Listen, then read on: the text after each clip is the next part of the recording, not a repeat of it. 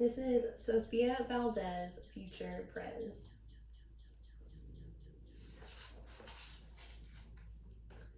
Sofia was a baby who got things done, helping her family before she turned 1. She and Abuelo went out every week to help elderly friends around Blue River Creek who couldn't get out and about on their own and with no place to gather were stuck home alone.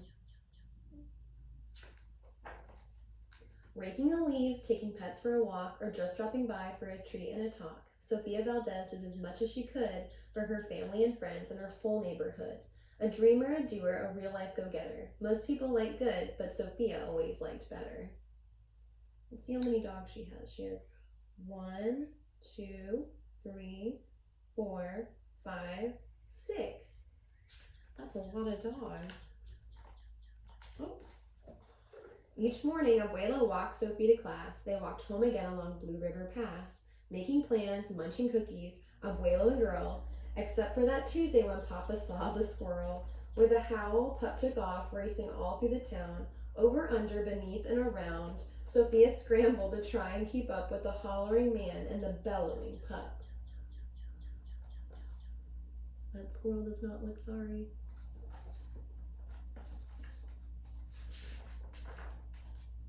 Up the school ran to the top of a hill made of leftover junk from the local landfill. They reached the tip top of that mountain of trash, which jiggled and broke with an ear-splitting crash.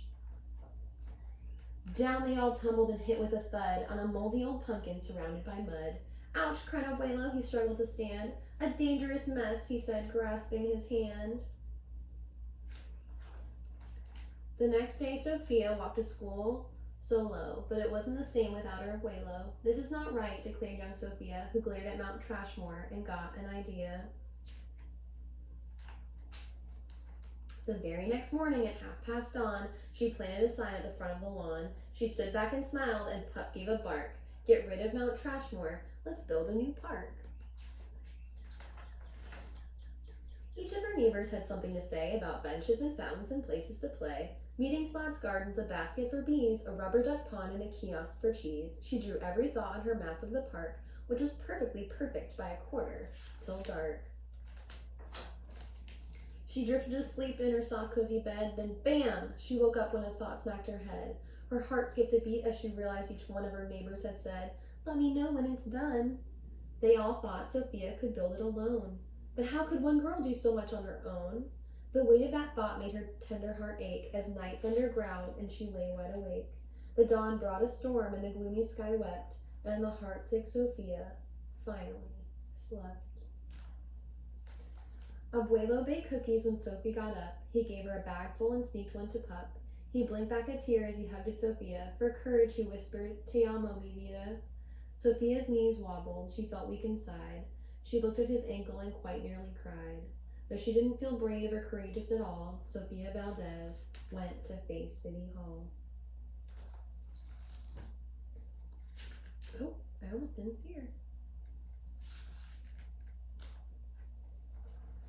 The mayor's office sent her to room 401, the Blue River Creek Department of Fun, which sent her downstairs to room 302, the Office of Duck Ponds and Cool Things to Do, to the Office of Monkeys, the Department of Cheese, the Division of Fountains and Meetings and Bees, then down to the basement so musty and cramped where all the town's papers were sorted and stamped, and that's where the clerk said what no one else did. "You can't build a park. You're only a kid." The word smacked Sofia deep down in her heart. Her plan was kiboshed before it could start. "I think," said Sofia, "I think that law's wrong." But her second grade voice didn't sound very strong. The clerk said, "Clearly it cannot be. Do you have any questions?" Sofia said, "One, if you were me and if I was you and he was your grandpa, what would you do?" Well, said the clerk. Then she said nothing at all.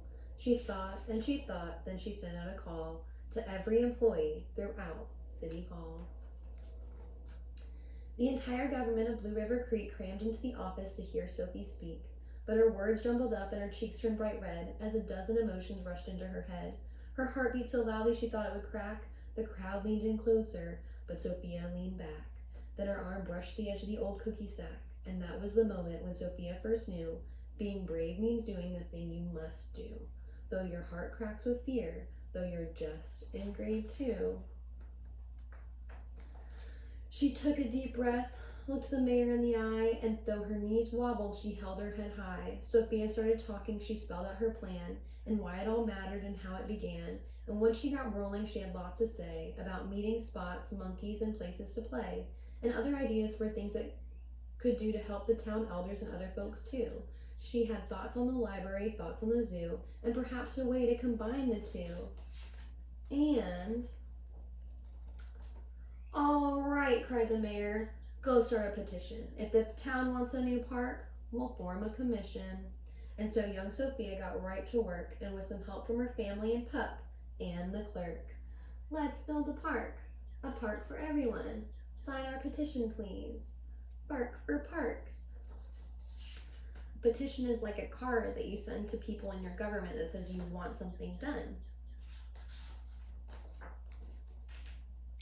Then others joined in, not all but a few, like Miss Leela Greer and kids in grade 2.